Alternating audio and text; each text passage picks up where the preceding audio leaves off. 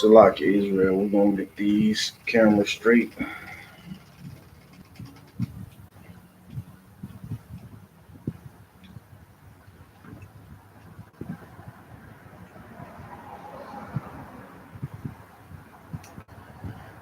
Let's see if I can get in the shot. Shalom Israel. Yahbashim Yashab Baraka Thumb. Yahushamalata Bashim Yashai, also in Patazah Alabama. This is the Friday Hebrew class in Indianapolis. I'm gonna adjust these cameras a little bit more. Maybe I can get in the shot.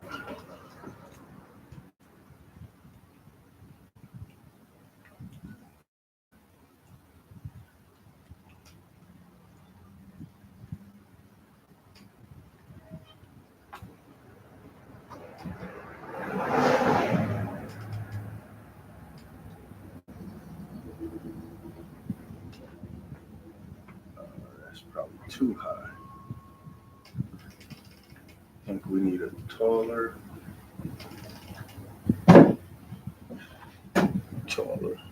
That's probably the best we're gonna get, Israel.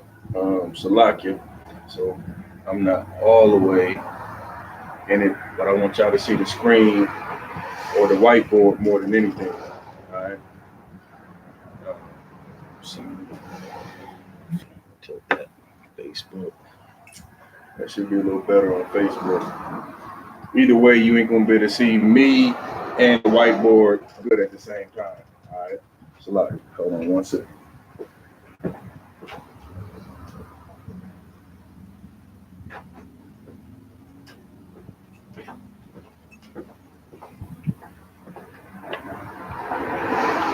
All right, this is the Friday Hebrew class for Indianapolis.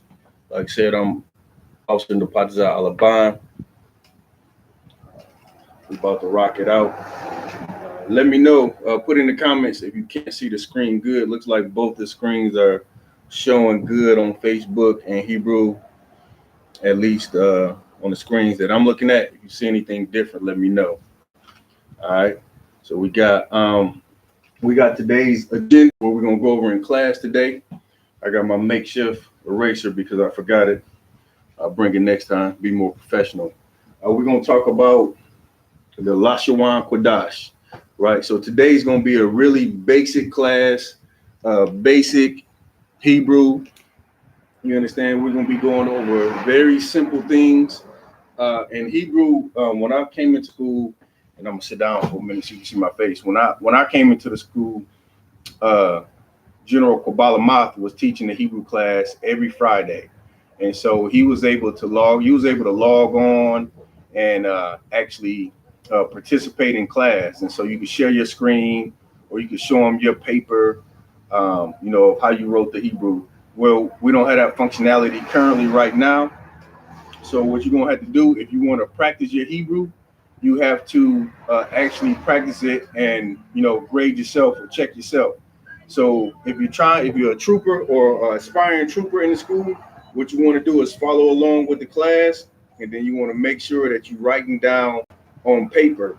You know what I'm saying? When we get into the alphabet and the ancient Hebrew and the Syrian, right? So that's what mainly we're gonna be hitting today. We're gonna be going over that, and so you want to follow along. You want to get your paper, and definitely as we get deeper into the Hebrew in future classes, you'll start being more and more prepared for the test. If that's your goal, which is a very honorable goal, is to become an officer in the Israelite School University of Practical Knowledge.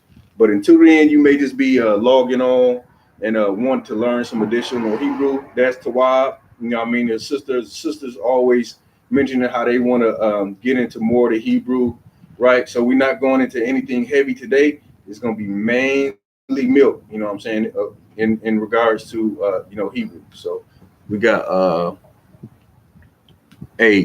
Shalom, Yahbashim Yashab Barakatah, Gadal Yala. Shalom, Trooper Mawat, Yahbashim Shabbat. All right, so let's get started. First thing we're gonna break down is the Lashawan Kodash. So when all these other cats, they don't believe, these fake Israelite groups, they say, y'all not speaking the real ancient Hebrew, right? They say it ain't pure, right? When I was learning about the truth coming to the schools, I heard fake Israelite groups say that. Well, we actually do speak the ancient Hebrew. You can go and you can look up ancient Hebrew. Just put it like General Muhammad say, put it in your Google machine. Go look it up on Google and punch in,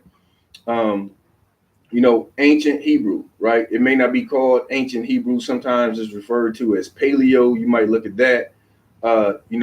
There's a picture, pictures for Hebrew, and then there's the letters, what we use today, and we refer to them as ancient Hebrew. Like I said, we're gonna go over the alphabet later. You understand? Hey, Freddie Jones, Shalom, Yahbashim Yasher Barakatah. Most High in Christ, good you tuning in for Hebrew. If you got any questions in the chat in regards to Hebrew, let me know, punching in the chat, and then maybe we can cover it. Like I said, this is the first Hebrew class for Indianapolis. So everything right now, what we're going over is going to be basic. So right now, we're touching on the Lashawan Kodash, right? So really what you want to do for this class, you want to have a Blue Letter Bible application. As a matter of fact, we're going to get into that a little bit about the Blue Letter Bible application. I like to use mine on my phone just because it's simple, it's easy, and it's quick. And it's going to help you. It's going to help you figure out words. So if you don't have that application already, download the Blue Letter Bible, right?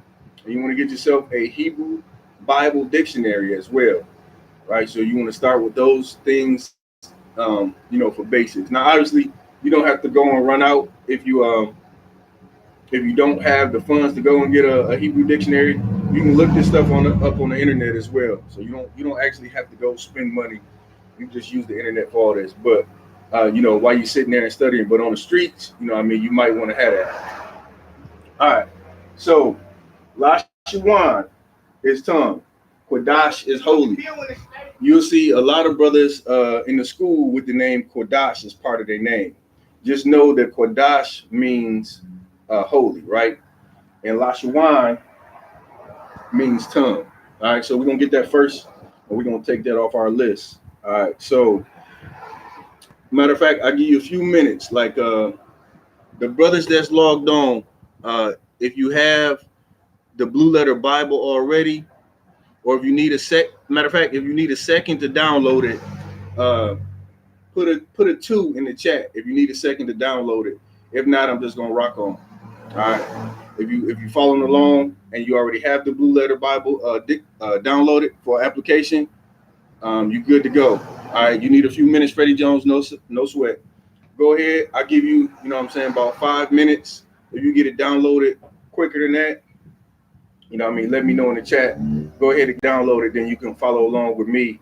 Once the download is complete. But while you're getting the download, I'm gonna go ahead and do a search. Matter of fact, yeah, I'm gonna do a search on tongue. I said the Blue Letter Bible is a great tool to help you as you learn in Hebrew and you want to learn different Hebrew words or whatnot, right? Just let me know as soon as you get it downloaded, right? Now, while we waiting on the brothers to get that downloaded, one thing that's key in Hebrew, you understand? One thing that's key in Hebrew is read from right to left. It's not like English where you read left to right. Hebrew is read from the right side to the left side. So as you go and get, these Hebrew books, everything's going to be written from right to left. All right, Most High in Christ, Freddie, you got it downloaded. Okay, what you want to do is go ahead and open up your Blue Letter Bible application, right? Go ahead and get that open. Matter of fact, I'm going to put it on the screen. It should be that blue one, that Blue Letter Bible, right? Go ahead and get that open. You can also put this on your PC. It works the same. All right. So what you do now is go into search. It's a little magnifying glass. That's your search. Go in there and type in tongue, right? All right, you got tongue here. The first thing that comes up for me, it says Genesis 10 and 5. So really, the Blue Letter Bible has several functionalities, right? In the sense that in the way we just used it, we're using it like a concordance. So you might hear General Muhammad say, put this in your concordance. They got, like a Strong's concordance. You got different people who make concordances, right? But this will act as a concordance as well. So meaning this, if you need to look up a scripture and you don't know where the scripture is, but you know a keyword in the scripture, you can type something in a concordance and it can direct you to where that scripture could be, right? It'll give you several things. Just like here, we typed in tongue in the Blue Letter Bible, right? And so Genesis 10 and 5 came up. So let's click on the blue where it says Genesis 10 and 5. All right. And as soon as you click the blue where it says Genesis 10 and 5, it'll come up with the different things, right? I'm going to put this on Facebook too. All right. Come up with the different things. Salakia for the glare, right? And then what you want to do is you want to click read Genesis 10 and 5 in Bible view. Go to the Bible view. So click that. All right, let me know if I'm moving too fast for those following along on YouTube, right? So now it has Genesis 10 and 5 at the top. Okay, click the number 5. Now this get a little tricky because it's small, but click the number 5, and then you'll get this option right here. The very top option says interlinear concordance. Put that on Facebook too. Interlinear concordance. Click that. All right, so now we're getting somewhere. Now we got Genesis 10 and 5, and what you'll see is you have the English on one side and you have the Hebrew on the other side, right? English on one side, Hebrew on the other side. Okay, so now scroll down until you see tongue, right? Now this was the whole point of this exercise, was using this as a tool to help you learn words, right? So the first thing that we're looking up in Hebrew is Lashuan Kodash. So we got, if you scroll down a little bit, it says after his tongue. On the right side, it says it has something, and that's what you see into the right. It as is Hebrew, right? So click on where it says Lashuan. It says H3956, right? So click that, and now we get into the meat right here, right? So now this is what you see. I'm gonna back it up just a touch. It's giving you all the words or the word that we clicked on for tongue. All right, the word that we clicked on for tongue. Okay. Hey, you said Salaki is still a little blurry when I put. No sweat. If you get stuck on something, let me know specifically. But just try to follow along. And if you need me to go back, I'll go back and talk you through it again. It's difficult because, like I said, when General Q started teaching his class, everybody was able to log on. You can share screens. You can see what brothers is looking at. I could share my screen. But now, not being in class and, we having to do it this way is a bit more difficult. So just let me know to back up if you need me to back up, and I'll try it again. All right. But basically, now we have the word H3956, right? That's basically a identification system that the Blue Letter Bible or Strong's Concordance identified this Hebrew word with, right? So without getting too ahead of myself, the Hebrew word is la, or the Hebrew letters that make up this word is la, right?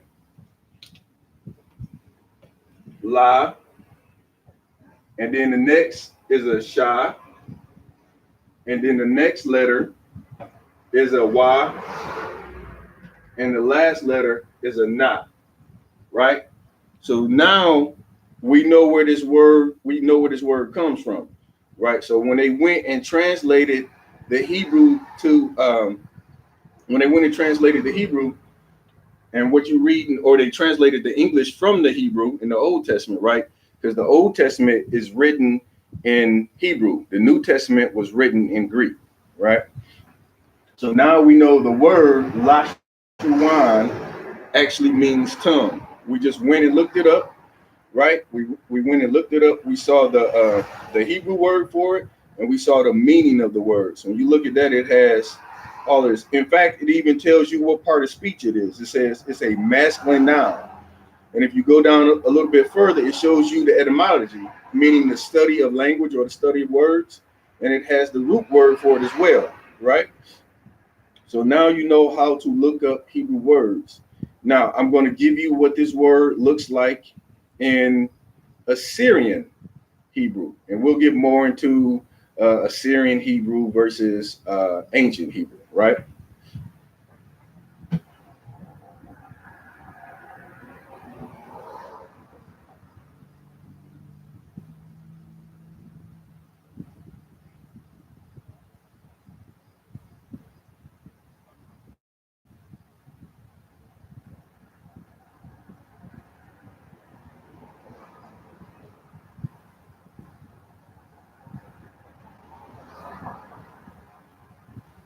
All right, so I'm a little rusty on writing my Hebrew. I usually just read it. I don't have to write it too often. Matter of fact, that shy is kind of ugly.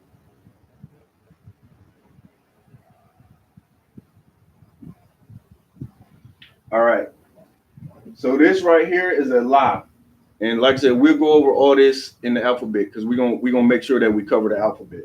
This is a shy, this is a y, and this is an ending na. Something else that we'll get into a little later is there's 5 letters in Hebrew that they look one way when they're in the middle of the word, and they look a different way when they're at the end of a word. And so we'll get into that. It's a little bit more advanced. All right, so now we got Lashawan, which means tongue, right? So now let's get the word holy. So Mawat, here's your opportunity to do it again. We're gonna look up the word one more time in the Blue Letter Bible, right? So try to follow along with this one, and this will help. Anytime you want to look up a word in the Bible, you do it the same way with this Blue Letter Bible application. And in fact, if you go out to the I.S.U.P.K.com website, you'll see that this is actually one of the study tools that the school recommends you to download and use while you're trying to learn ancient Hebrew, right? Okay, so now we backing all the way out. We got our Blue Letter Bible open, right? So go to the top left-hand corner. In the top left-hand corner, you see what looks like a magnifying glass, right? Click that. So now, look up the word holy and hit the search. And then again, it comes back with several possibilities in the scriptures where you can find the word holy, right? Put that on Facebook too. Like I said, several possibilities on where you could go to find holy. All right, I usually just go with the first one. All right, so Exodus 3 and 5 is the options that is given to us. Hey, shalom, young man Brandon. Yabashim Yeshabrakatah. We kicking off with the Hebrew. Let me know if you got any questions. Right now, we just going over the word Lashuan Kodash. Like I was bringing out a little earlier before you joined, fake Israelites, they say, we don't know the ancient Hebrew. What we speaking is not pure ancient Hebrew. They don't know a damn thing. The brothers in the school way back in '69 figured out how to speak ancient Hebrew, right? And so it's been passed down to us, and we keep the traditions of the school. So the hell with what they talking about. We are speaking Hebrew. All right. So Exodus 3 and 5 is the first one that it gave us. Okay. So click again. Click on the highlighted. It says Exodus 3 and 5. Click on that number. Then it's going to give you the option. It's going to say append clipboard, replay, share, blah, blah, blah. And then it says read Exodus 3 and 5 in the Bible view. That's the one you want to click. So click that one.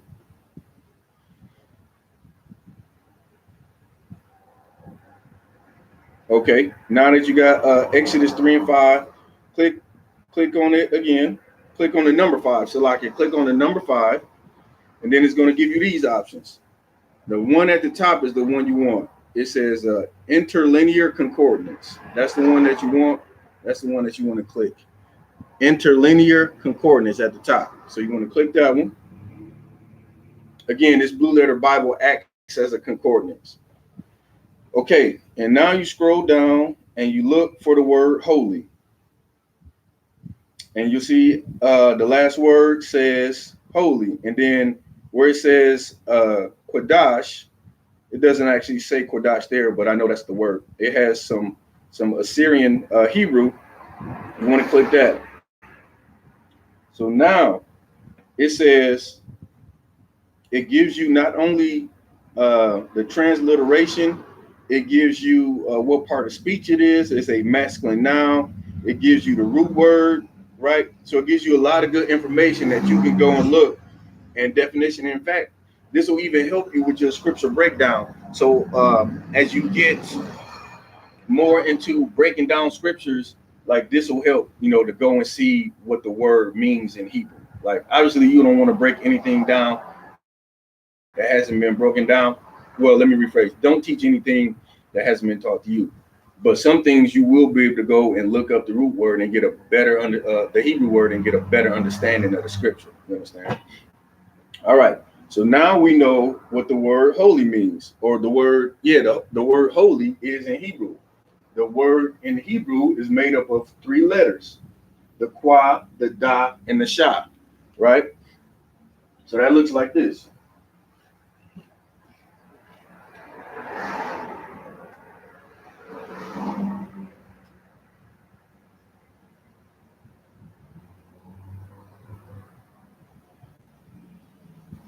Shalakia.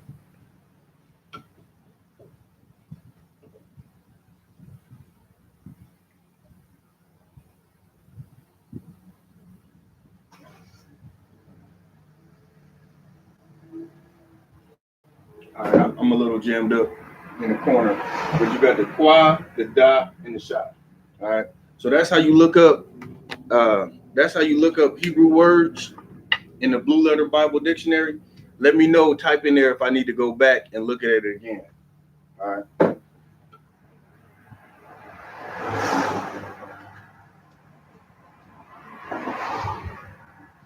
So that's holy tongue. That's how you. That's what it means. That's all.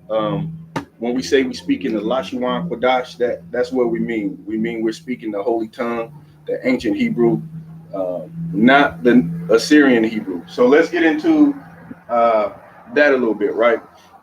So basically, Hebrew was the first language, and as we progress in these classes, we'll get more into the history of the Hebrew, right? But history or Hebrew was the first language spoken on the earth. After I believe the Tower of Babel, there was more languages introduced. If I'm not mistaken, don't quote me on that. So Hebrew being the first language, as we went into captivity under the Assyrian Empire, we bastardized our language, and the characters or the letters looked different, right? So we bastardized our language, for whatever reason, to fit in with the Assyrians or whatever. Same thing we do over here in America. We always alter our speech to fit in, right? So when you're in captivity under a nation, those things tend to happen. So that's why you have 2 different types of Hebrew letters. You have the Assyrian Hebrew, or you have the ancient Hebrew and the Assyrian Hebrew, right? And Hebrew being the first language of them all, the Assyrian Hebrew came next, right? There's also something that the so-called Jew speaks. They refer to it as Yiddish. Yiddish is a mix of like Germanic. It's more of a Germanic tongue, right? So like the oppressor, part of the oppressor's language. So a lot of people say, I don't know how to speak Yiddish, but from what I understand, if you can speak Germany, you can part way understand Yiddish. All right. So now let's get into the alphabets.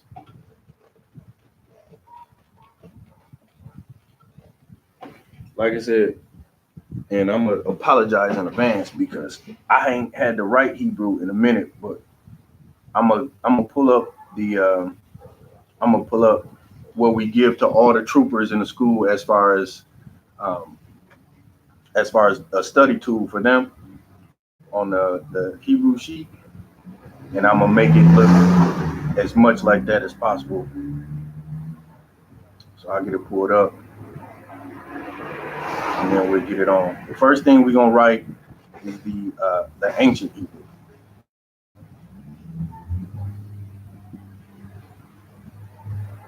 Okay.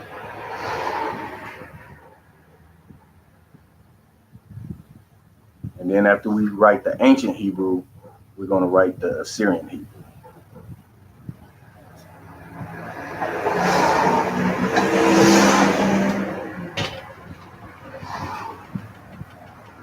All right. So again, Hebrew is written from right to left. So this character right here is a I. That's what it's a AH. If you write it out in English, but the sound it makes is I, and this is the character for I. Next letter is Ba. Ba. Can everybody see that? Let me know if you can see that. Oh, you got the sheet in front of you, most high in Christ. All right, so just follow along with me. Um, you know what I'm saying, and it'll help improve just by you following along. Actually, what General Q used to have us do when we was in class, you would have to not only write out the letters, but you would have to go through and say the letters as well, just so you can get in a whole, get your tongue used to saying ah, ba, ga, da, ha, right. So it sounds very barbaric when you say it, especially if you're rambling it off. Ah, ba, ga, da, ha. Like it sounds like, a primitive language, but Hebrew is, it sounds rough like that. All right, the next one is God, right? So that's ah, ba, ga. This one looks like a triangle. It's probably the easiest one to write, in my opinion. The dot looks like a little triangle.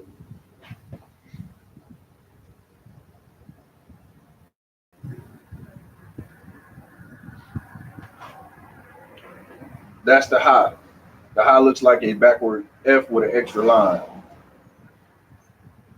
This is the wa, right? That's the wa.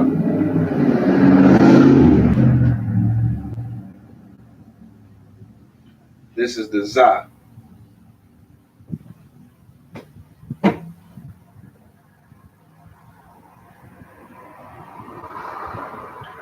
That's a ka. It looks like basically a ladder. That's a ka. It's not the ka. It's two that sound like ka, but they don't sound the same. This one is more like ka. Like you hear Arabic people speaking, they be using a lot of. It's kind of that. It's kind of like the back of the throat, like you hocking up a loogie. It's ha, right?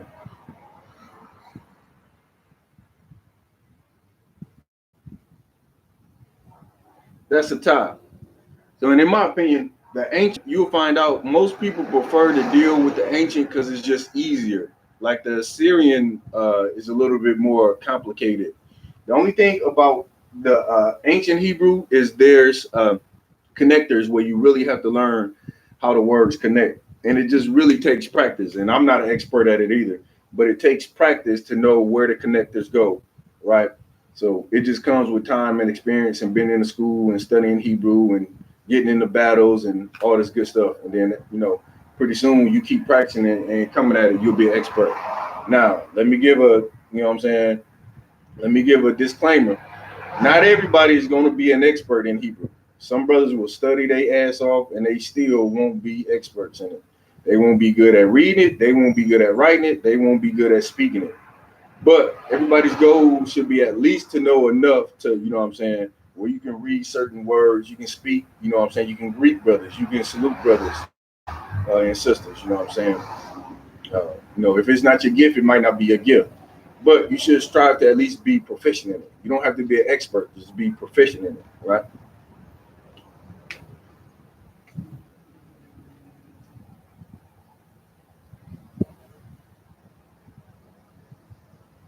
All right, so this one looks more like a slanted Z with a little dash on it, right?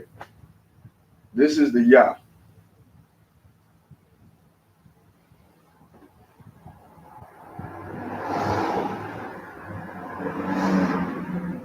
The next one is the Ka, not to be confused with Ka, right?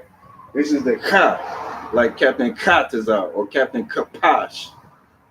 This is a Ka, just a regular, no throatiness to it, just a Ka, right? And that looks like basically a backward C with a V in the middle of it. That's the best way to write it. I see a lot of people trying to do something crazy. All you really need to do is a C, a backward C, then a V. And that's it right there. All right.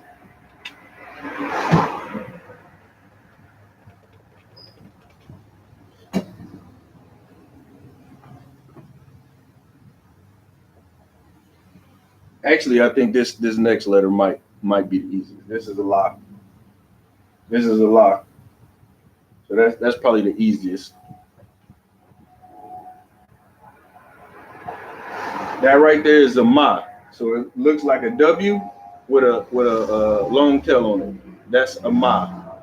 M-A, ma.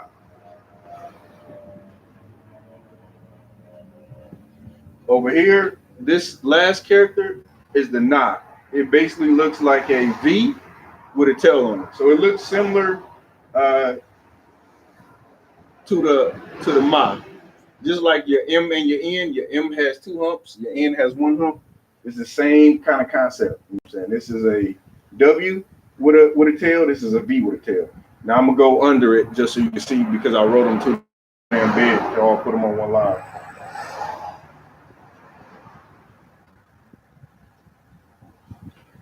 This is a sa.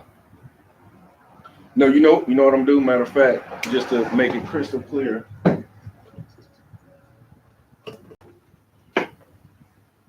we're gonna put the English up under it. This is a I, ba, ga, da, ha, wa,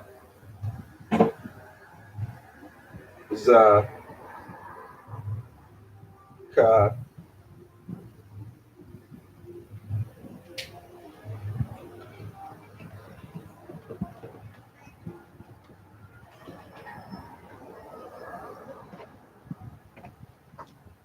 This is the ta.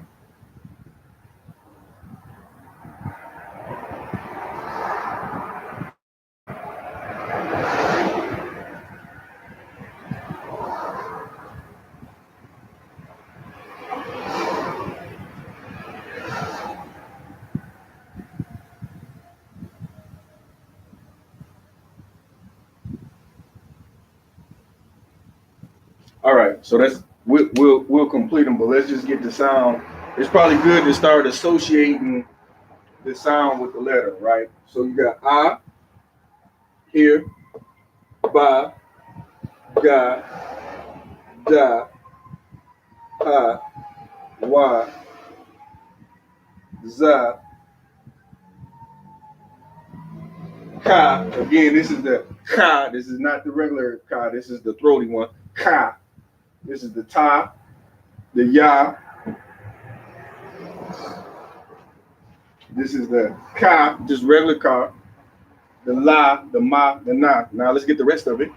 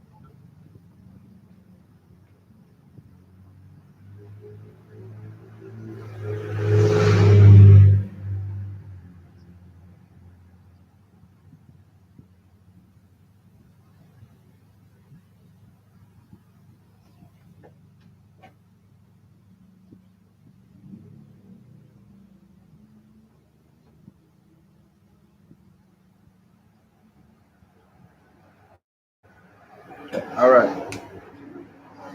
So this is the side. This one's pretty easy to write too. I'm gonna move the camera just a hair closer so you can see that.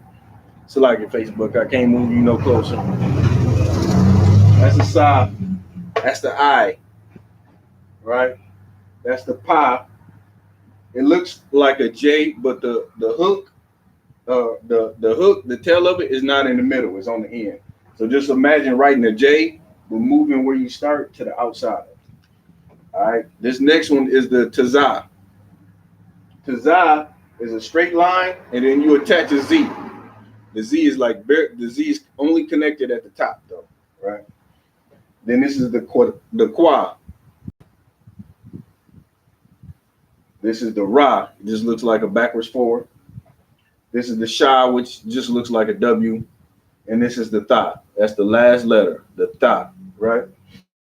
So, Abagada Hawa Za Ka Ta Ya Ka La Ma Na Sa I Pa Taza Kwa Ra Sha Ta, right?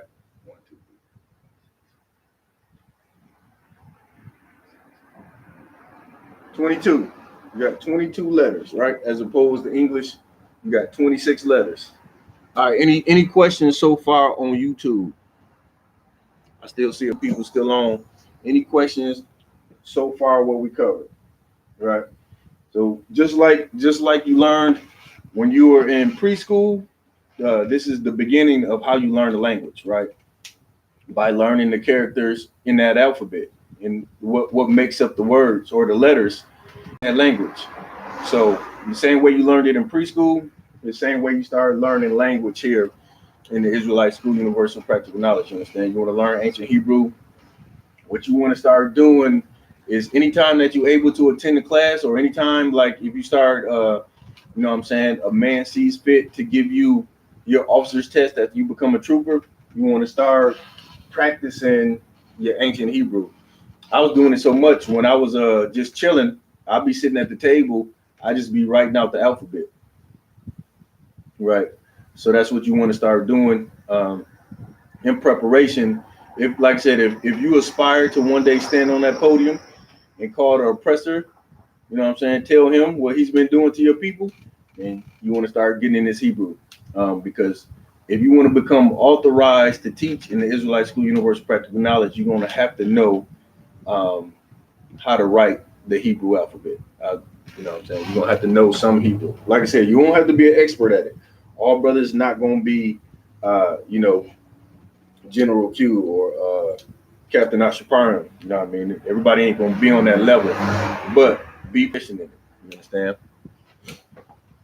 All right, we got a question in the Syrian Hebrew pronounced the same.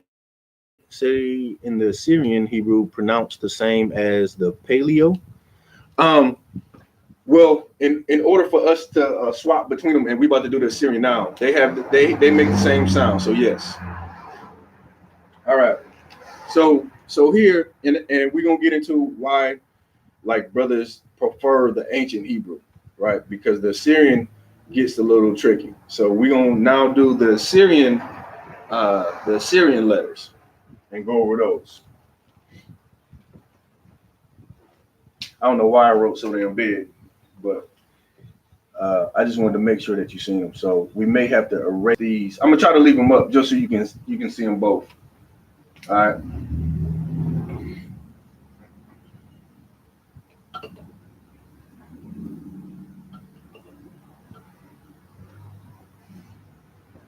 All right. The best way I can explain that is like a squiggly N. It looks like an N, but the lines is kind of squiggly, right?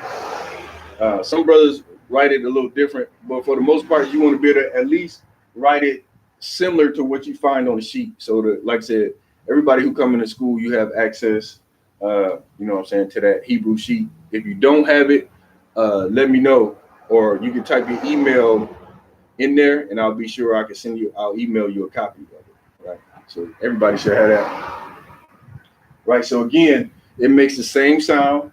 So I'm not gonna put it under there. Just know, well, yeah, I'll probably do so you don't get confused. This will be the I.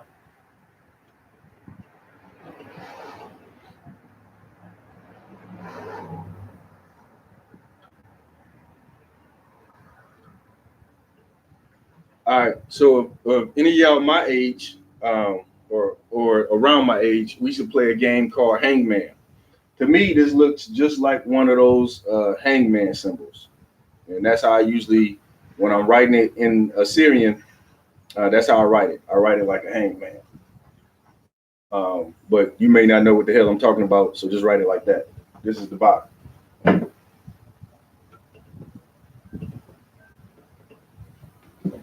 All right. So the next is the guy.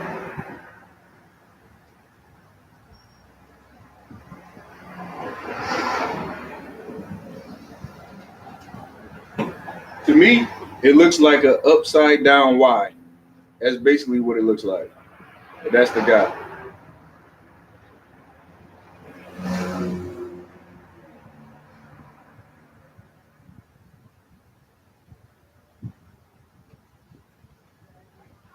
This is the dot.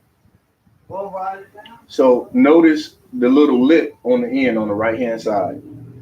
It looks, if you write it, it looks like a T, except the center line of the T is moved more to the right. Not all the way to the right, just almost all the way to the right.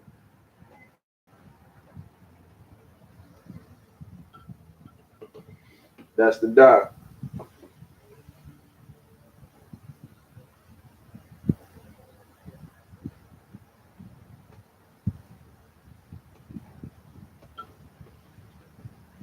This next letter is the Ha. Notice the Ha, it comes down, over and down, and then there's a line under there, but it doesn't connect, right? I want you to pay special attention to this one because it's some characters that look very similar to it, and you don't want to mistake one for the other because obviously when you if you have a different letter, it's going to change what the word means completely. So pay special attention to how that's written, right? Everybody see that? It goes over, it comes down, and then there's a line straight down up under it, right? That's the Ha.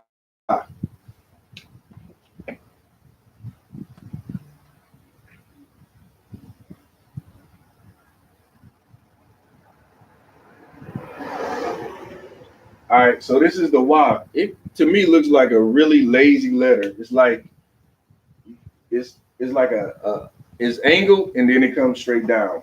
And really, when you look at it in text, it kind of looks like that too. It's slightly angled, then it comes straight down. That's the Y.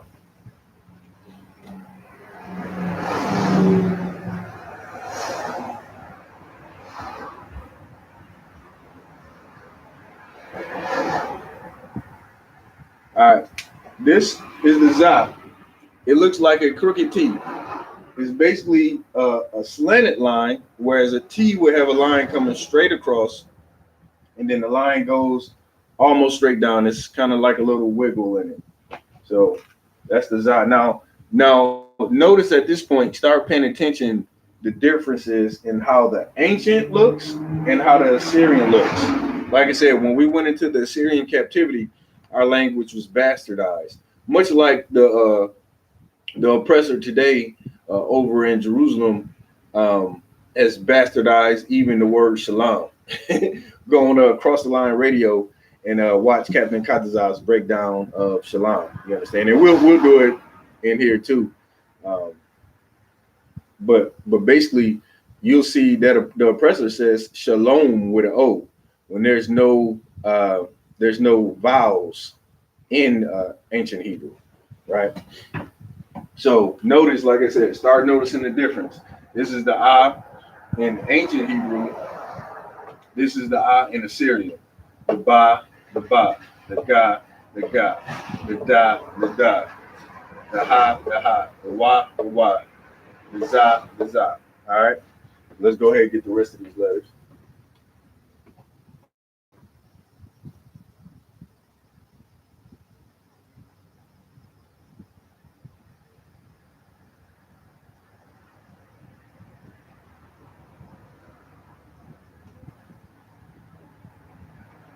All right. This next one is the ka. Salaki. I kind of squished it together a little bit. But This is the ka and this is the ka.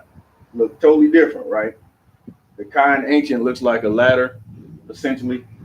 The ka here, um, it kind of looks like the pi sign. So if you remember from your math classes what pi looks like while you're doing math, the 3.14 equation, that's kind of what how I remember this one. In Assyrian, in the Assyrian Hebrew, just think of 3.14 and you'll remember what the ka looks like. Now, here's the warning that I gave you about the ha, right? So I gave you a warning about the ha in Assyrian. In the text, when you read this, these two will look similar. So that's why I said it has a very distinctive difference right there. The line does not connect, right? So keep in mind when you reading, anytime you reading Assyrian in a text, because rarely will you read anything in ancient Hebrew. Most things written today will be written in Assyrian Hebrew, right? You get the little Tanakhs that you read that we got here for Sabbath service, and when when you're able to participate in the Sabbath service, then you'll see the Tanakhs we read. They have these two will look very much alike. You understand? And Salaki, give me 1 second. I'm gonna grab a water.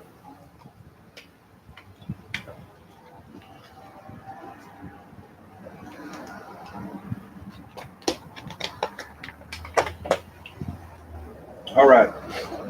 So that's the ka. Like I said, just keep in mind, make sure when you're reading it in the text, don't confuse it with the ha.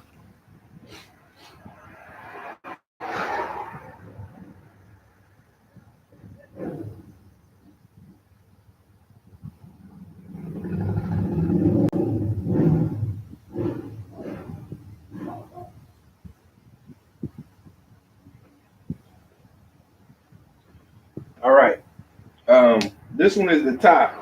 When I imagine this one, it looks like a basically a little U, basically like a U, and then two is usually like a little lip right there. It looks like a U, and then it kind of hooks in on the right hand side. So that's the ta.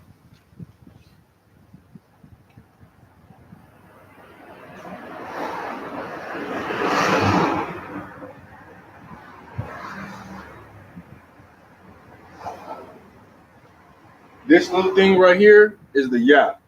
So you'll see it in the text. You'll see it. You see how it's proportioned. I actually did a decent job. You see how it's proportioned next to the top. That's how you'll read it in the text as well. When you look at it, it won't be a big character. It'll be a small character kind of set up at the same height, but it won't go all the way down. You understand? So that's the ya.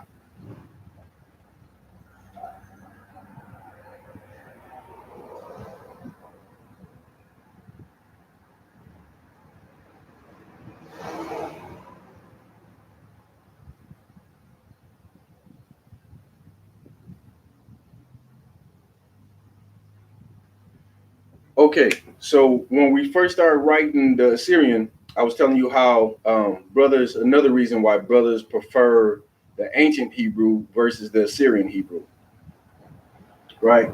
Ancient Hebrew is the characters to me are a little bit easier to draw.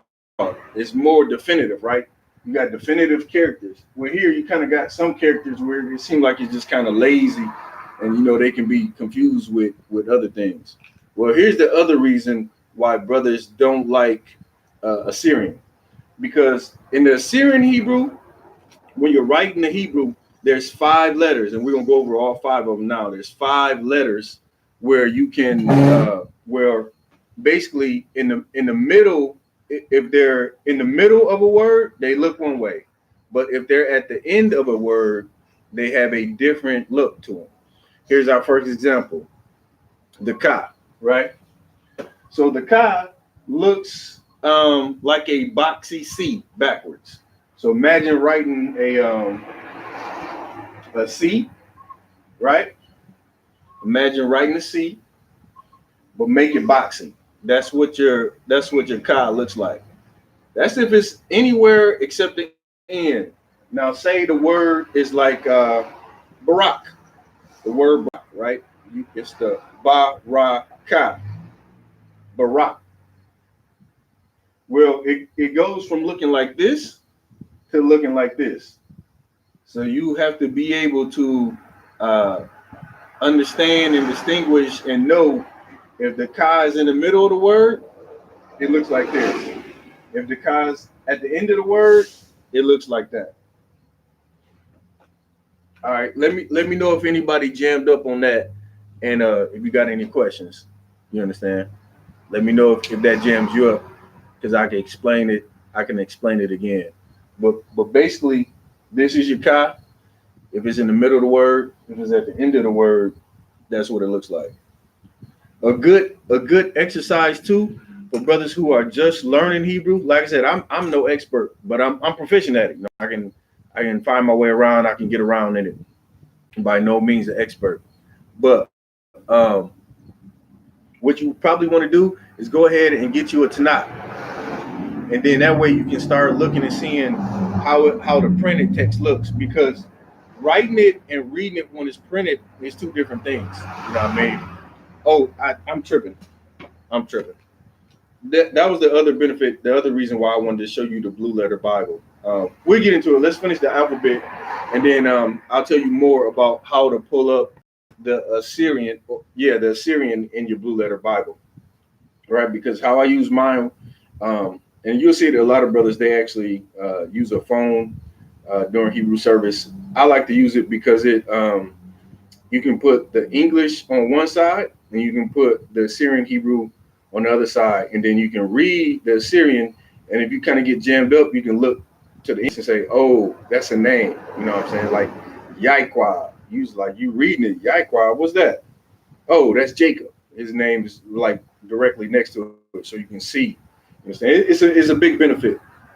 But we'll cover that. Let's finish the letters. The alphabet.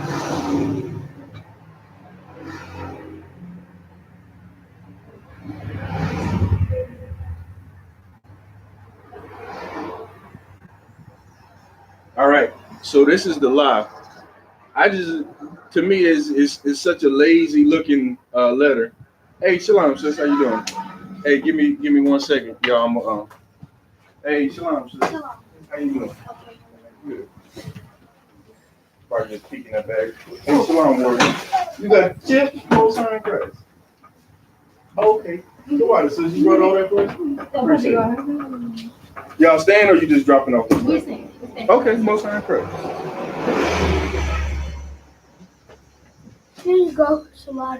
Appreciate it. Yeah, you can leave. I'm gonna leave that open so it can be a little cooler in here. All right. Let me know if y'all got any questions. Okay. All right. So we at the law, and like I was saying, the law is essentially just a squiggly line. I look at it as something real lazy, but you know, just be careful. Again, this is another one in the text that'll throw you off, but it kind of just looks like a squiggly line. But that's the law. Now, notice the law. Like I said again, this is another one of those examples why brothers prefer ancient Hebrew. You see what the law looks like in ancient Hebrew. It looks logical, right? That's the law. Now this is it in the Syrian. Who had a question? Why is it different at the end, Sir Salaki? I don't know the reason why it's the end. Like I said, it's a bastardization of ancient Hebrew. The reason that they did that, I do not know. I couldn't answer that for you. But I'll see if I can get that question or get that answer for you. But basically, like I said, it's 5 of them. I don't know why the ending looks different from the beginning, but that's just the way it is. That's how you write Assyrian. So if I can find out why, I'll let you know. All right.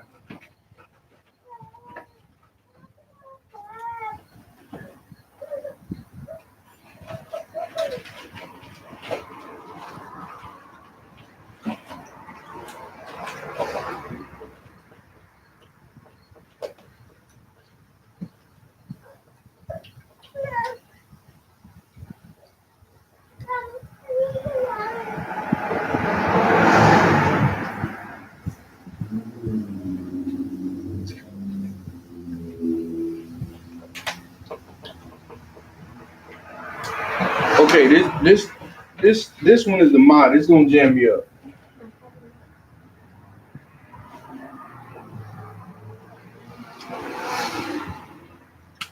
All right, I'm gonna have to write it a little different.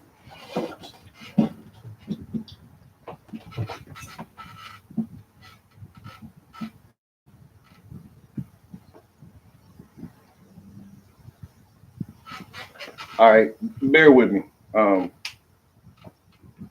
Okay, the ma kind of looks. The ma looks different. This is another one where if it's on the end of the word, it looks different than if it's in the middle of the word. The ma almost looks like a complete circle with like a little hook up here. Like in the text, when you read it in the text, any text, it'll look like a more of a squared circle, right? So that's what I tried to do here. I did a bad job, but I'm better do it like the book got it. Just know the ma looks different when it's on the end of a word, and so we'll look at it in the Blue Letter Bible before we end class, and then you can see the difference. But okay, so now we got the ka and we got the ma. Those are two of the letters. We got three more letters where they're different if they're at the end of the word. Okay.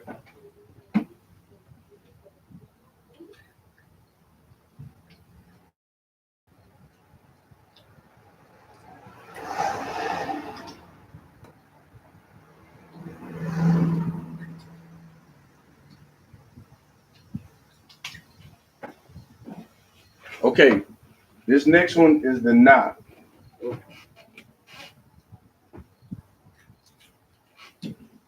So up here we got the ma and the ma. Here we got the na and the na. We got the ancient and we got the Assyrian. So the Assyrian, if it's in the middle of the word, it kind of almost looks like a backwards three, except this isn't the best. It's like a backwards three with like a extended tail.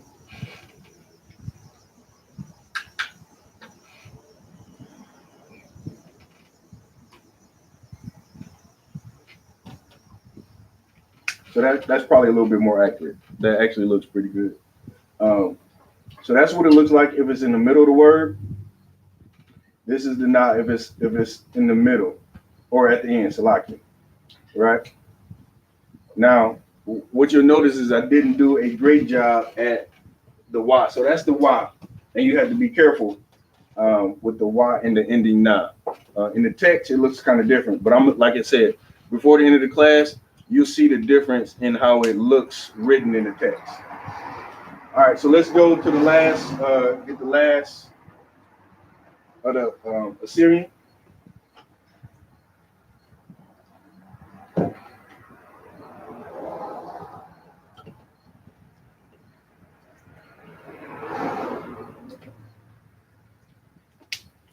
All right, this is the Sa on Salakia Facebook. I don't know if you could really see that.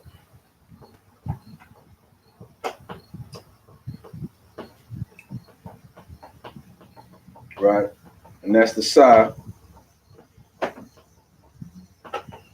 Okay, I noticed the difference, the Sa here in the ancient, the Sa here in the Assyrian. Not to be confused, you'll see sometimes you can confuse this with the Ma, but this one looks more like almost like a little egg. Go ahead, Ward. Why do it look different? Because this right here, so this top part right here, all this is called ancient Hebrew. This is the first language. This is what we spoke. Actually, it was pictorial before this, and then from pictorial, it moved to letters. Right. So these are the letters in ancient Hebrew. They're all consonants, meaning there's no vowels, right? And so these are the sounds that they make. This one makes a, ba, ga, da, ha, wa, za, ka. Now, notice, pay special attention to this one, ka. Notice how I sound like I'm using a lot of throat, ka. Like there's a lot of emphasis on that. That's different from another one that we're about to come to. So this is ta, This is Yah, and then this one is Ka. It's not Ka like this. It's Ka, right? That's the difference in it. Okay. So this is a La. This is a Ma. This is a Na. This is Sa, I, Pa, Taza, Kwa, Ra, Sha, Da. So there's 22 letters. This is ancient Hebrew. This right here, this is a language. This is basically this language, and we went and bastardized it when we were in captivity. Meaning this, we tried to do it to incorporate it into society, much like you do today. Once you come, you get around people in authority or the oppressor that lives here in this country, you'll speak more proper because you want a job. You will enunciate certain words different ways. You might say, I don't know, you might just, pronounce your words with a little bit more clarity where, if you're talking to your homeboys, like, yo, what's up, dog? You know what I'm saying? Blah, blah, blah. About to hop in my whip and go to the crib. You know what I'm saying? There's a totally different language where we try to adjust our language from the original form. So this is under a captivity. You go back, and as you read the scriptures, you'll learn this as you get into class more. We were in captivity under the Assyrian Empire, and this is where we developed this.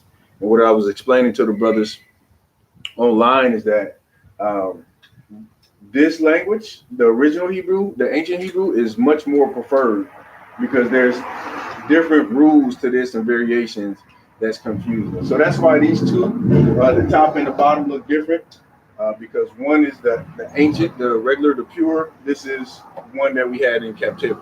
All right.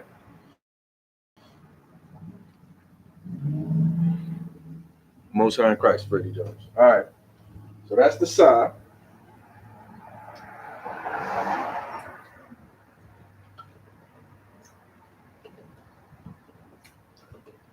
It's a lot for writing so big on here, but that's the I. Looks like a Y. It makes the sound I same as this one. So this circle in ancient sounds like I. So you hear brothers in the school with different names, Tazaid, or who else has like a strong I in their name? I can't think of any names off the cuff, but that's the sound that it makes. This makes the same sound. All right.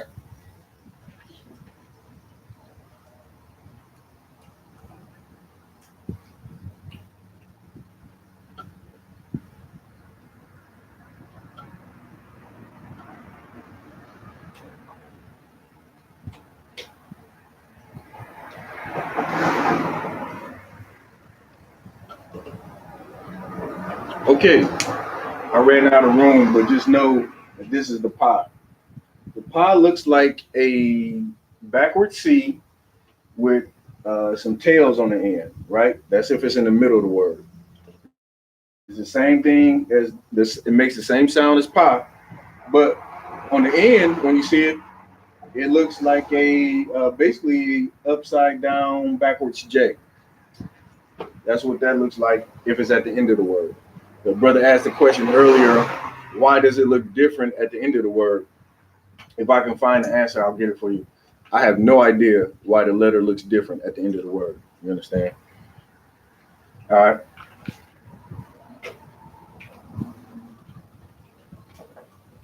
The next letter.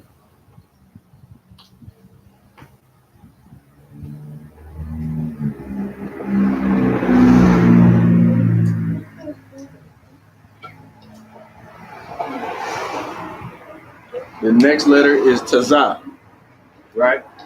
So this is what it looks like. It looks now. A lot of brothers get jammed up on this too. This is facing one way. This is facing the other way, right? The eye is facing the tail is coming this way. The Tazah is going this way and then coming this way, right? And then if it's at the end of the word, the tail faces the opposite way. Understand? So that's the Tazah. So that's the five letters that the ending looks different. The Ka, the Ma, the Na, the I. Oh, Salaki, the Ga, not the Ga, the Pa, and the Tazah. Salaki. So Ka, Ma, Na, Pa, and Tazah. When those 5 letters are at the end of a word, they look different. Now again, you're not going to learn this overnight. It's going to be a time where you're reading the Hebrew and you're going to get jammed up. The best thing to do is to take your time and pull out, like I said, the little Hebrew chart so you can see. And like I said, if any brother needed, type your email address in there and I'll be sure to email it to you. You understand? All right.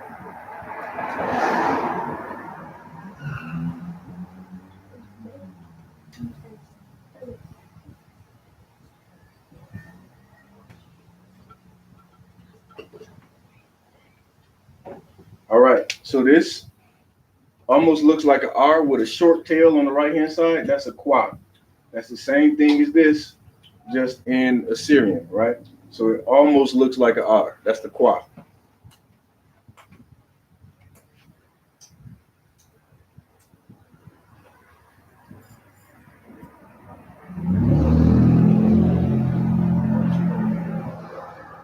This next one is the Ra. It looks like a upside down L, pointing backwards. Okay.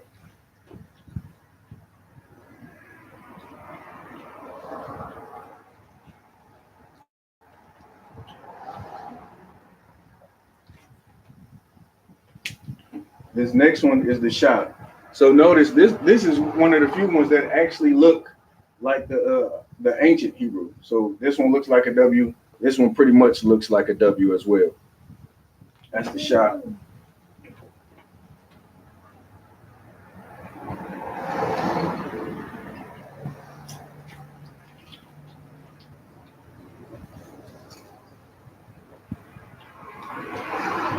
All right, and lastly, this is the Tha. All right, now here, this is the ones that I warned about. There's 3 characters. Now they look a little different here, but once you get in the text and you start reading, it's easy to confuse these 3 characters, right? The first one is the Ha. It looks like that. Notice it goes over and comes down, and then there's a separation with the space, right? Then you have the Ka. It looks pretty different on here, but if you read in Hebrew in the text, especially in like those Tanakhs, these 2 are easy to confuse. And then lastly is the Tha.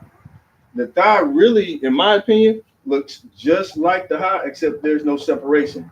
So when you're reading it in the text, it's very easy to confuse the Tha, the Ka, and the Ha. But there's distinctive differences, like I pointed out earlier. The Ha has a separation at the top. That's one way you know that it's a Ha.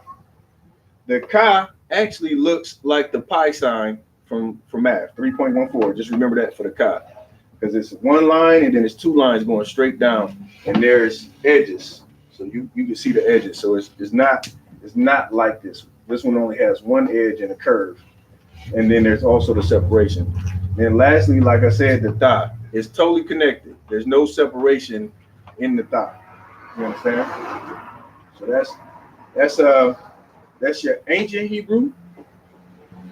This is your Assyrian Hebrew. Salakia for jamming everything together. I'm not used to writing on a whiteboard like this, so I'll get better as we go on to class. You'll start attending class. But everything that you just learned here, you want to start practicing these letters, and you want to start practicing the sign. And another good thing to do when you meet brothers in the school is ask them what their name means, right? Ask them what their name means, and then you can go and look up their names in your blue letter Bible, and you can say, oh, okay, I got it. You understand? All right, so that's the letters, the ancient and Assyrian. You want to make sure that you practice those, especially if you're looking to take the test. If you're looking to become authorized to teach, you want to be able to read and write ancient Hebrew. You understand? But it's going to take practice. It's going to take time. You're not going to learn it overnight. But it all helps with even, like I said, even learning the Bible. Sometimes you can get a clearer definition or a better understanding of the breakdown if you practice, if you read it in the Hebrew. All right.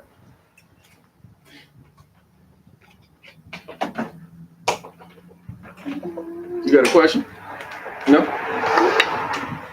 Lay it on me. So, why do them three is they like the two look just alike? They you talking about this here and this here? I don't know why they wrote it like that. Like I said, just there's a clear distinction between the two though. The ha has a separation right there, and the tha does not. They do look almost completely alike, except there's no separation in tha. Again, that's another reason why brothers prefer the ancient Hebrew, because to me it's a lot clearer, right? Look how definitive each letter is. None of the letters really look like each other, whereas opposed some of these letters do look like each other. And not only that, some of them look different when they're on the end of the word. So it's confusing, but even with practice, you can learn this. Unfortunately, I know the Assyrian better than the ancient because that's really all I read in is the Assyrian. I damn near and forgot how to write ancient Hebrew and need to start practicing again. Like I said, it's just like with anything. You want to get better at something, you have to practice. All right. So now let's go back to the blue letter Bible that I was talking about. You go out to and that's another thing. Any brother that wants to eventually take the test and wants to study and get further in his truth, right, and become authorized to teach, go out to the website, because the tools that they have on the website that brothers have access to, like I said, the blue letter Bible, we already went over some. We'll go over a little bit more. But there's other tools like Bible dictionaries and different things, and Hebrew dictionaries that you could get, and it'll help you with the breakdown. You understand? All right. Right. Hey, shalom. Y'all was just worked on. All right. So right now, let's go back to the blue letter Bible, and the brother asked a question. What was the question earlier that made me think to do it? Oh, the Hebrew. Okay. All right. So I know a lot of brothers like the Mekam Mamre.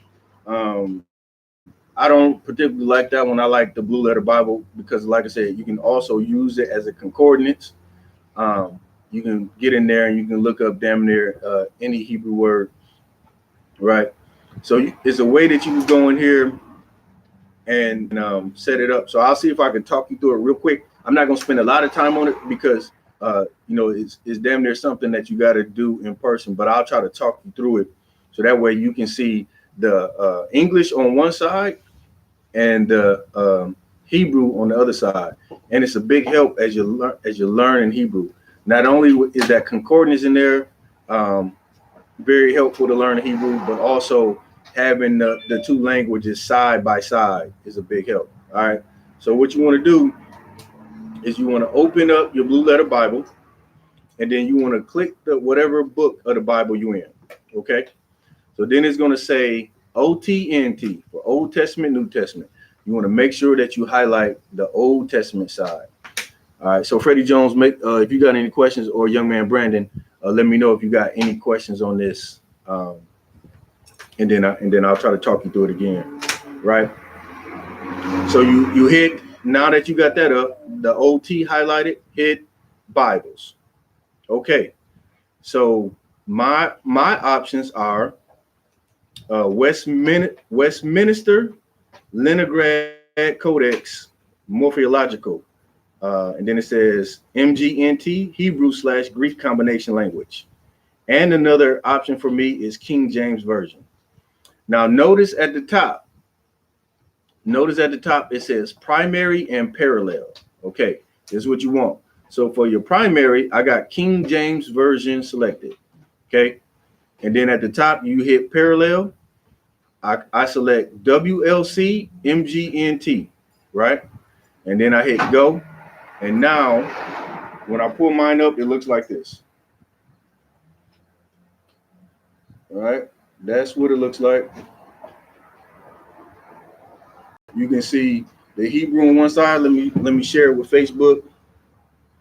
You see the Hebrew on one side, you see the Syrian, the English on the other side, and this is the King James. You can get the King James to come up. So that way, like I said, a lot of times when I'm reading in Sabbath service, you can, if you get jammed up on a Hebrew word, like I said, I gave the example earlier. You reading stuff, and sometimes those names that jam you up, you'll be like Yahweh, or you trying to sound out, Yahweh, Abba, right? And then you look and you see Jacob, and you say, oh, Yahweh, right? His brother's in the school named Yahweh. That's why I said it's important to ask brothers what their names are. That way you can learn a lot of Hebrew just off that, just by asking brothers their names and then going to look up their names. All right. So you got a question, Salak, sir. Can you go through how to get that again? Yeah, I'll go through it one more time. All right. Go through it one more time. Let me know when you got your Bible up, your blue letter Bible open, and then I'll run through it real quick. Just give me a one when you're ready.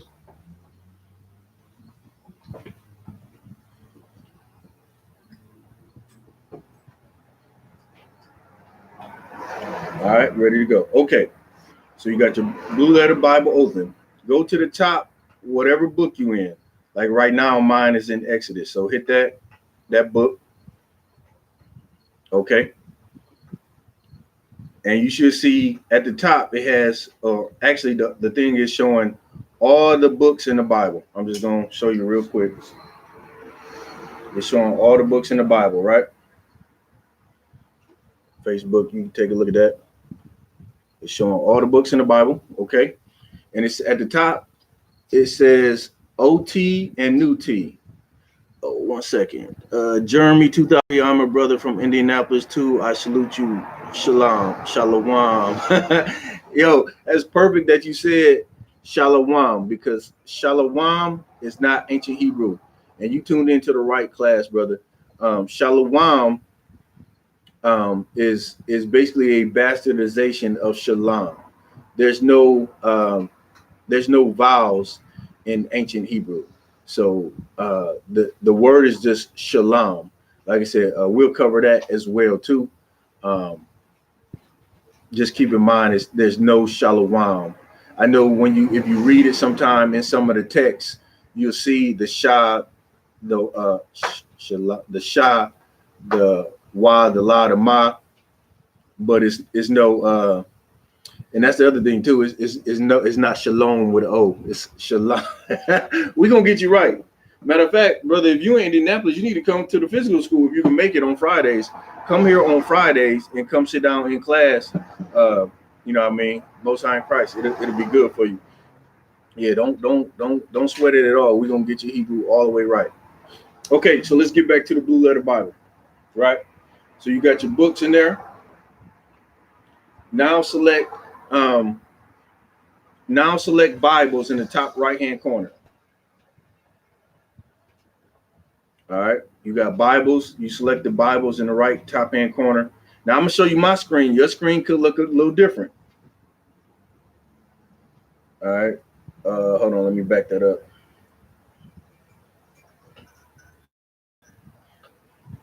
Can you see that? There you go, focused. That's what mine looks like. Show Facebook. Okay, now you got these Bibles, right? So I'm gonna tell you at the very top it says primary and parallel, right?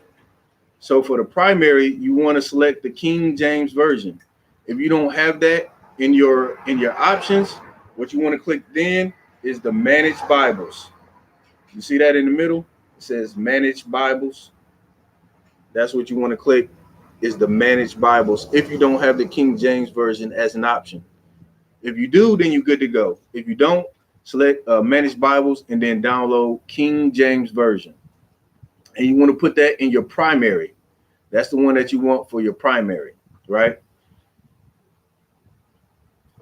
And you said I have a physical red letter King James version. Yeah, that's what you want. You definitely want that King James version. But what we're talking about now is being able to look at the the English and the Hebrew side by side, and it's just helpful to do that. I'm not sure if that's what you're talking about with the physical red letter King James version. I'm not sure what that even is. But this, like you said, if you got an app, it's always handy, you know, with your Bible app and you got your Hebrew app all on the phone. It's just convenient, right? So now the other option that I have, I selected the King James version for my primary, and um, now it has parallel at the top, right? It says primary and parallel, just meaning this, the one that you want to see side by side, right? You want to select, or you want to get the WLC MGNT, and that's the Westminster Leningrad Codex Morphological something something, right? That's the one that has the Hebrew in it. And when you go to the New Testament, it also has the original Greek, and it acts the same way when you're looking like as a concordance as it does in the Old Testament. So if you want to look up the meaning of a word in the New Testament, it's going to give you, it's going to break it down the same way the concordance does in the Old Testament. And like I said, these are tools that you need to go get from off the website. This is one of the tools that it recommends that you get because it's going to help you break down these words, right? So then at the end, when you select that WLC MGNT, you're going to hit go, and then you're going to pull it up, and then, oh, what's that? Fox News just tweeted a photo. Okay. Now you're going to have your Assyrian Hebrew on one side and your English on the other side. Show Facebook. Your Assyrian on your English on one side, your Assyrian Hebrew on the other side. Right? So young man Brandon, let me know if you was able to get it. Oh, you got to download Most High in Christ. Okay. So now just to recap what we talked about. We looked up the word Lashuan Kodash. We found holy tongue, right? So now you know when these other fake Israelite groups they talking, they say y'all don't know ancient Hebrew. You prove to them, you know what I'm saying? Hey, listen, I'm learning the Lashuan Kodash, the holy tongue. You know what I mean? I'm learning that in the Israelite School Universal Practical Knowledge. We also talked about Hebrew being the first language. You understand? And then the bulk of our time was spent on this. We got a brother in the room, got his officer's test. When you taking your officer's test? It's that time. Yeah, I got to take it tomorrow. You talked to Isaac? I talked to him. I said I was going to have it ready for him tomorrow. Tomorrow, Most High in Christ. So you should definitely be in here because I know that Hebrew. Yeah, I already know that Hebrew word. Listen, that's the beautiful thing about the school. All the brothers took the same test. You know, so everybody knows. But Officer Rob took the test. I took the test. Everybody here took the test. All the brothers in the school and these other schools, they all took the test. So everybody know. And then you got to look at it like this. If all the brothers could do it, you could do it. It's just going to take some practice. So since you're here, since I got you, I'm going to put you on the spot. Go ahead and read off the letters. Abba, Gada, Hawa, You're probably going to have to say it louder. So you ain't necessarily got to stand up, but just say it louder so the people can hear you. Come. Abba, Gada, Hawa, Ka'a. Try that one again. Ka'a. Think of Captain Kapash. Captain. Say it. All right, so it's not ka like this. This is ka, right? This one is ka. Ka. Yeah, it's like you hacking the loogie. Like you see them Arabs on the street corner, they like yeah, right. You know what I'm saying? Right. So ka, Mm-hmm. ta, Mm-hmm. ya, ka, Mm-hmm. la, ma, na, sa, Mm-hmm. I, I. pa, za, Mm-hmm. kwa, ra, sha, tha. Most High in Christ. That's how you do it. So when I was learning Hebrew, like I said, General Q had to set up, and it was, you could come on the screen, you say your Hebrew, you write your Hebrew, he'll look at it, tell you did something wrong, and every class got more and more advanced. But Hebrew is a language where you gotta have participation. You know what I'm saying? If you just practicing this stuff, it's gonna be much more difficult as opposed to being in class or being engaged online, writing down the Hebrew, practicing how to say the Hebrew. You understand? Now, what I was saying before you came in, the brothers online, was asking questions.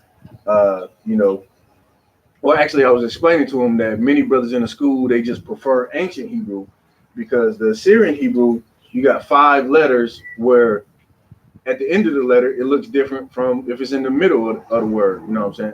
At the end of the word, right? And so it takes a little bit more study the Assyrian. And then too, the other thing about the Assyrian is some of these letters can easily get confused. We talked about three of those letters: the ha, the ka, and the ta. Like a lot of people are confused, but the distinctive difference is there's a space here.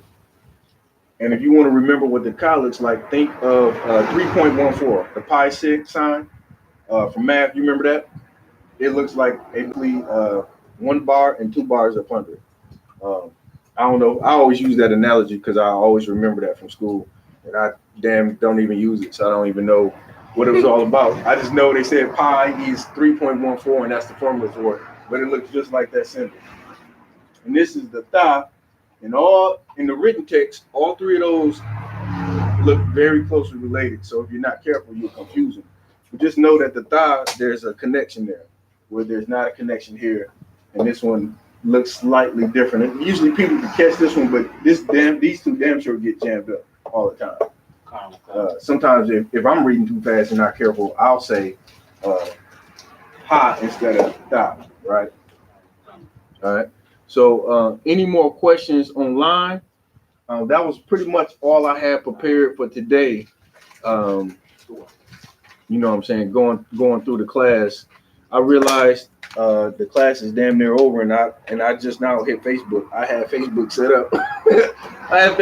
up. And I'm talking to Facebook like Facebook can see me, and I just hit the button. So like if anybody who's watching on Facebook, we done went through damn near all the class. You understand? Now's the time for your Hebrew question. Matter of fact, let me get my makeshift eraser. Brothers online, I'm gonna go ahead and erase this. But if you got any questions, we're gonna just hit a couple more things and then I'm gonna end the class. Hold on one second.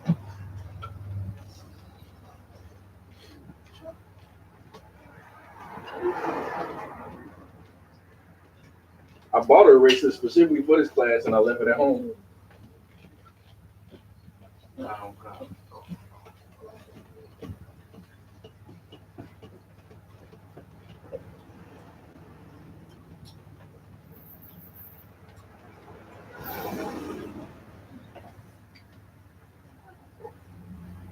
All right. The thing that we're gonna start working on is the salute.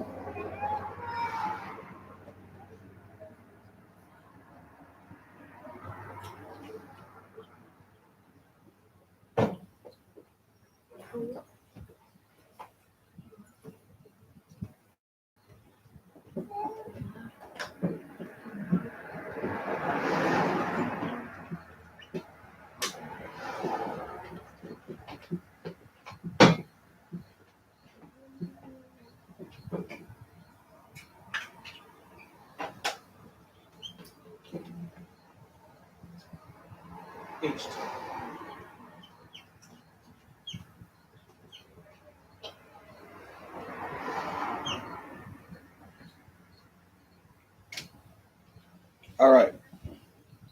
So we're gonna start next class. This is what we're gonna start working on. We're gonna start working on the salute for the brothers, and if we got time, we're gonna work on the salute for the sisters. We'll probably have time, so we'll do both. I'm gonna write that out. Got a question? Is there a way I can get the prayers in Hebrew to practice while I'm learning? Let me check with Cap and see if that's possible.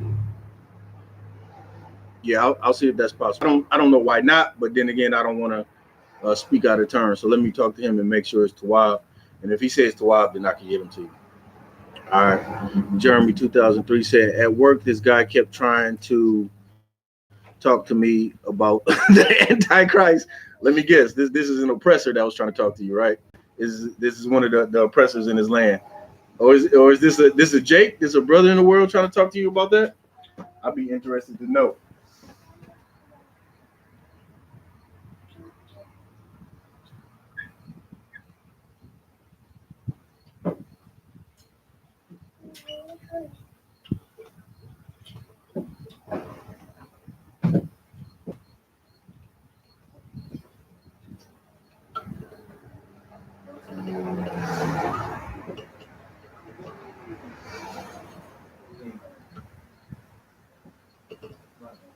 No, H.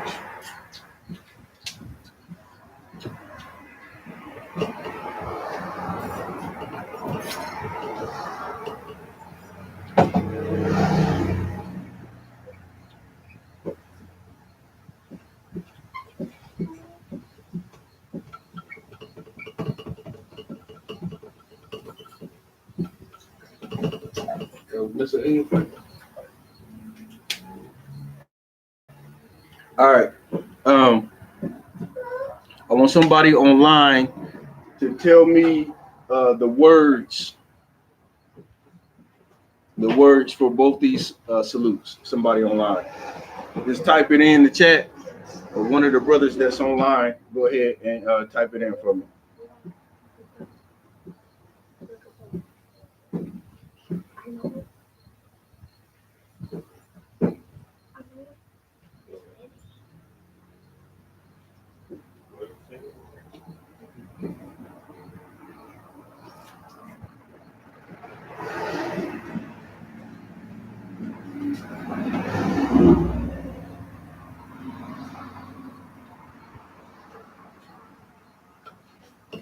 I know that looked on.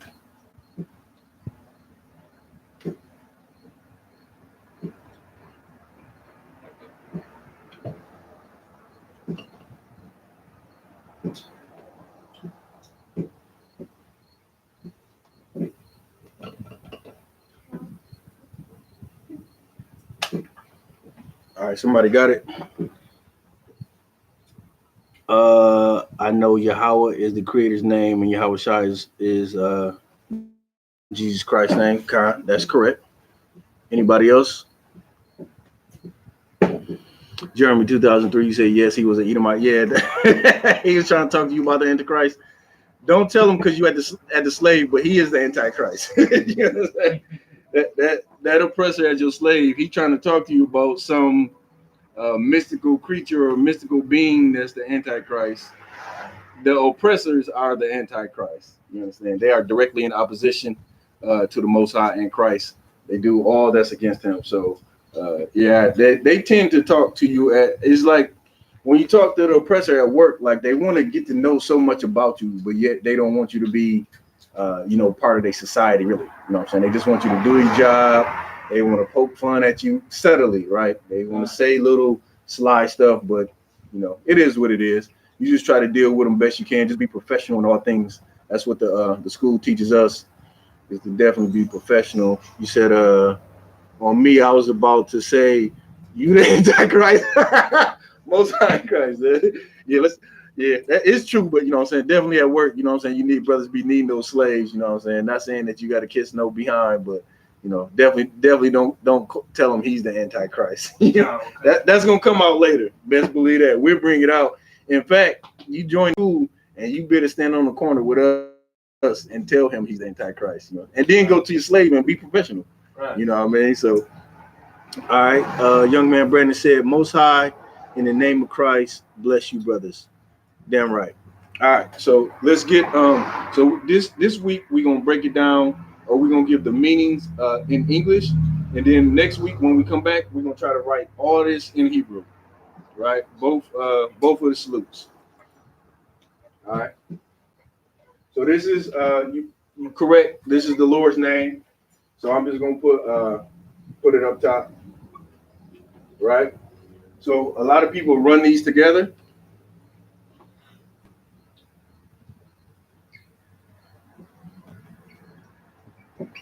Right. So Lord, in the name, All right, so the is implied, right? Or you could damn near say it's like Hebrew is not a language where you get a whole bunch of connecting words. For instance, this is a great example that you always hear in the school. Um, when the Native Americans or the Gadites spoke about the oppressor in this land, they say oppressor he speak with forked tongue. White man speak with forked tongue. You know what I'm saying? It's not like the white man always speaks with a forked tongue. He just says white man speaks with forked tongue. That's it. You know what I'm saying? There's not a lot of connecting words in Hebrew. You understand? You had a question? Nope. Okay. Most high. All right. So Lord, in the name of, and you're right. This is Yahweh is actually Jesus in English. We don't say really Jesus in here because it just sounds so Christian. But yes, that's just his name, his transliterated name in English. All right. So Barak is blessed. All right. So remember we were talking about the ending ka, and I brought up the word Barak as one of the words. So in this instance, this ka right here would look different. I already erased the letters, but go back and look at that ka, and because the ka is at the end of the word, it would look different, right? So the ka in the Syrian, when you read it, I'm just gonna put it over here. Will look like this, and then I believe it looks like that when it's on the end. So that's the ka. If it's in the middle, but in this instance, it would be on the end. I don't want to give you too much. Like I said, we're gonna come back next week. We're gonna write both these salutes in Hebrew. Okay. Where my eraser at? All right. And this means you. So Most High, in the name of Jesus, bless you. That's what atah means when it's atah. When you want to make it plural, you say athum. So for instance, when any general comes in, we all stand up and we say, Yahweh Bashem Yahweh Shah Barak Atah, right? And then the general replies, he'll say, Yahweh Bashem Yahweh Shah Barak Atham, meaning we blessed him, right? We saluted him. Now he's saluting all of us, plural, which is why there's a difference. You might see that, might not have known it. Now you know why, right? He says, I tried to write the salute out. I feel like, don't sweat it. No, we're going to get it. By the time you keep coming to Hebrew class, you'll pick up, you know what I mean? All the little things, you know what I'm saying? Especially the lingo in the school. It's like when you join the school, a lot of it is just lingo. What are they saying? Like I remember, and brother was saying Khan, Adawan Khan. I'm like, what the hell is that? You know what I mean? This brother just say little stuff. You hear brother say Salakia. I tell you a true story. I was a trooper. We was going to Chicago every weekend to go to camp. And it was a brother on the mic, and he kept saying, get this for me, Baba Kushah. Go to this place, Baba Kushah. So I thought the name was Baba Kushah. I'm like, I think it was Officer Lamont, because Officer Lamont, you know, he's such a courteous brother.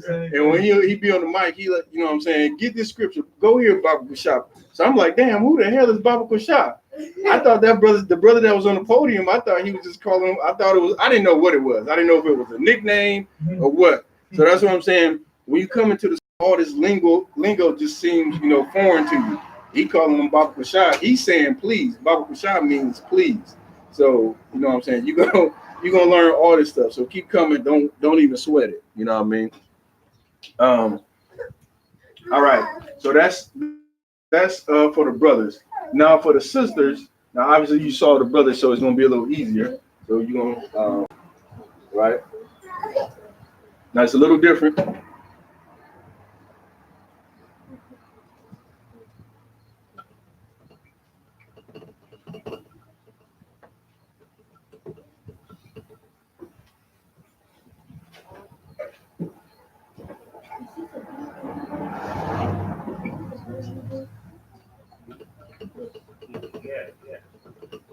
All right.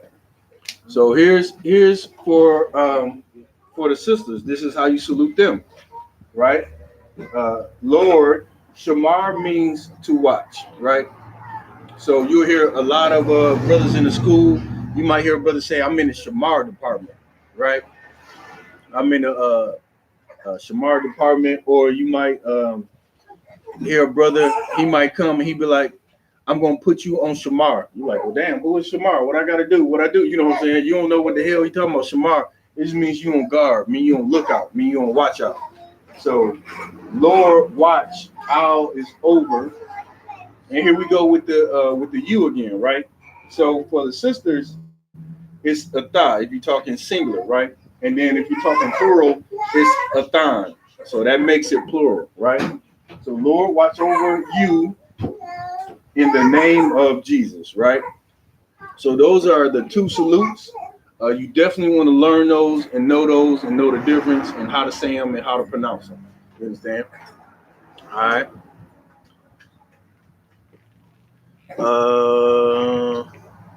Damn right, Faye Jones. Detoxing off Christianity. All right, Jeremy. The word "please" in Hebrew came so naturally to me when I heard Chief Ephraim say it. I already knew what it meant.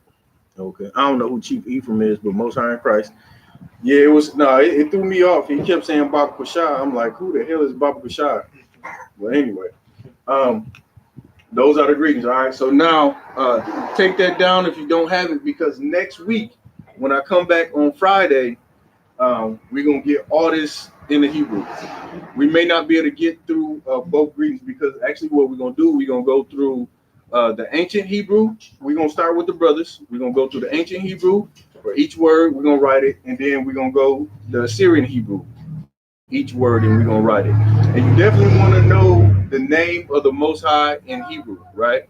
In ancient and Assyrian, because you want to be able to identify it. You want to know Yahushai name as well in ancient and Assyrian, right? This other stuff is so natural. It's gonna, these words right here are used all the time in the school. That's the beauty of the salutes. These words right here are used all the time, right? We always, all the prayers got, damn near all the prayers got Barak in them, right? And even when brothers are saluting, the first thing that you say is, or the first thing that you do is you come to Barak. This is Barak, and that just means blessed. You understand? So you're gonna see this word a lot. You'll see Barak a lot. You're damn sure see the Most High's name and Yahweh's name, and the rest of this stuff you just gonna pick up. You know what I mean? Like I said, you hear the word Shamar, that's used a ton. So we're gonna get all that, and when we come back next Friday, we'll look at all these words in ancient and Assyrian Hebrew. You understand? All right.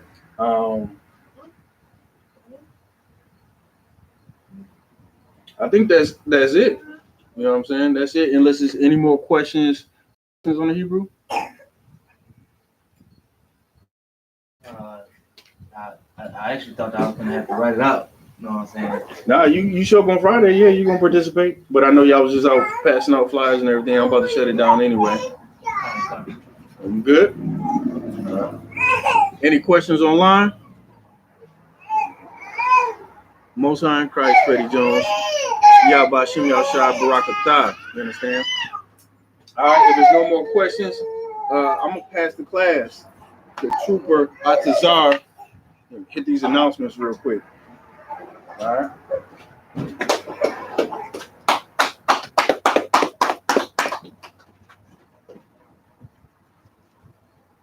All right.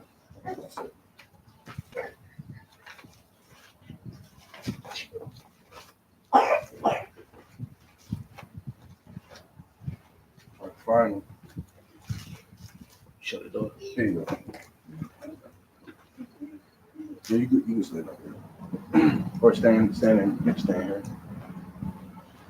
I'll catch the door. Slide.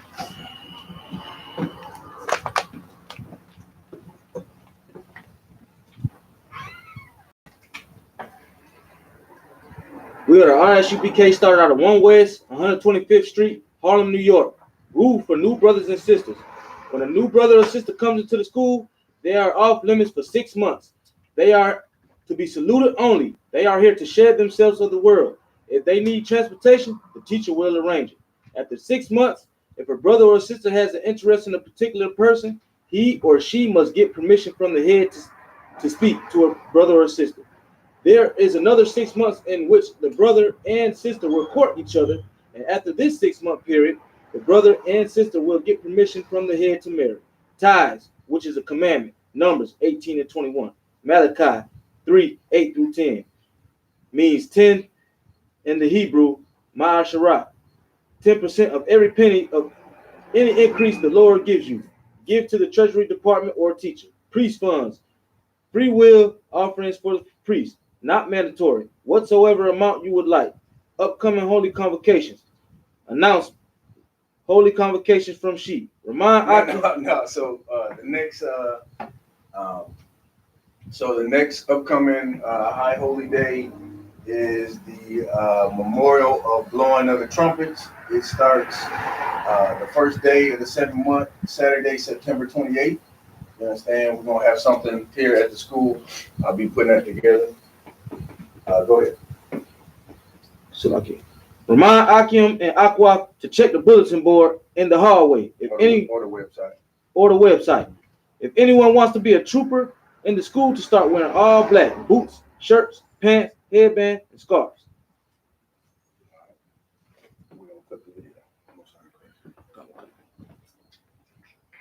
All right, Shalom, Israel. Yabashim Shabrakatah.